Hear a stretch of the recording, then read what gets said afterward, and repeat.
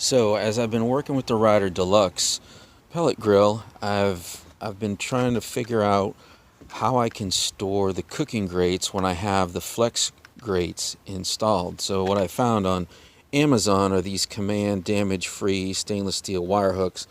They're for outdoor, -20 to 125. And what I'm setting up to do is I've installed two of them, one on each leg, to hang at least one of the cooking grates back here. Back of the package, it recommends that you wait at least an hour before use, so that's the stage that I'm in.